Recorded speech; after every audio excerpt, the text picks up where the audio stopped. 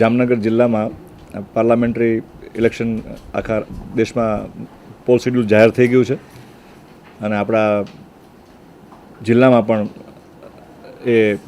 કાર્યક્રમ એનો લાગુ થઈ ગયો છે. 12મી એપ્રિલ આપણો નોટિફિકેશન ડેટ ઓફ નોટિફિકેશન છે અને 7મી મે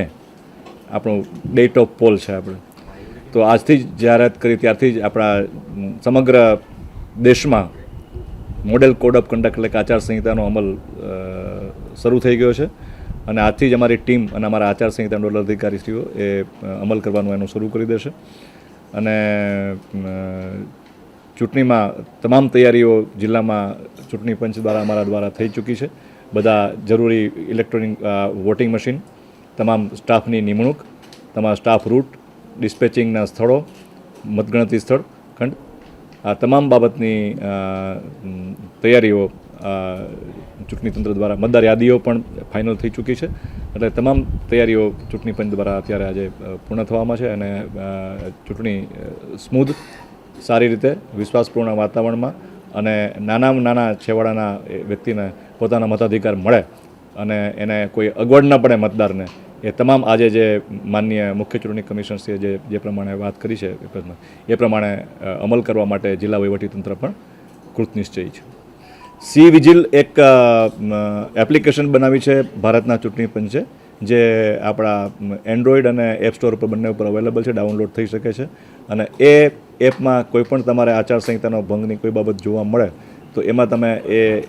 એપથી તમે એનો રેકોર્ડિંગ કરી ફોટોગ્રાફ પાડી શકો છો, નાનો એ 5-7 સેકન્ડનો વિડીયો પણ ઉતારી શકો છો અને એ ઉતારીને સબમિટ કરવાથી એના લોકેશન ત્યાંના લોન્જિટ્યુડ એલિટ્યુડ મળી જાય છે અને આમ તરત જ અમારી ફ્લાઇંગ સ્કોડની ટીમ છે એ સ્થળ પર પહોંચીને નિકાલ કરે છે. નિકાલ કરીને એને એપમાં જ એનો ઇન્ફોર્મેશન પણ મળે છે કે આની એક્શન શું લેવાયા છે. મતદારો, આપણા જિલ્લાના મતદારોની વાતની આપણે કરીએ, આખા કોન્સ્ટિટ્યુન્સીની વાત કરીએ, આપણી 12 જામનગર જે પાર્લામેન્ટરી કોન્સ્ટિટ્યુન્સી છે એમાં 2 જિલ્લાના મળીને આપણી પાસે લગભગ 18,13,913 મતદારો છે અને એ તમામ મતદારોનું મતદાન થવાનું છે અને 1879 મતદાન મથકો છે એમાં મતદાન થશે અને વિધાનસભાની 7 વિભાગ આમાં સમાવેશ થાય છે. 12 જામનગર પાર્લામેન્ટરી સંસદીય મત વિભાગમાં એ 7 વિભાગ, 2 દ્વારકામાં મતદાર વિભાગ આવે છે, વિધાનસભા મતદાર વિભાગ, અને 5 આપણા જામનગર જિલ્લાના, એમ કુલ 7 મતદાર વિભાગ બનીને એક આપણો પાર્લામેન્ટરી મત વિસ્તાર બને છે.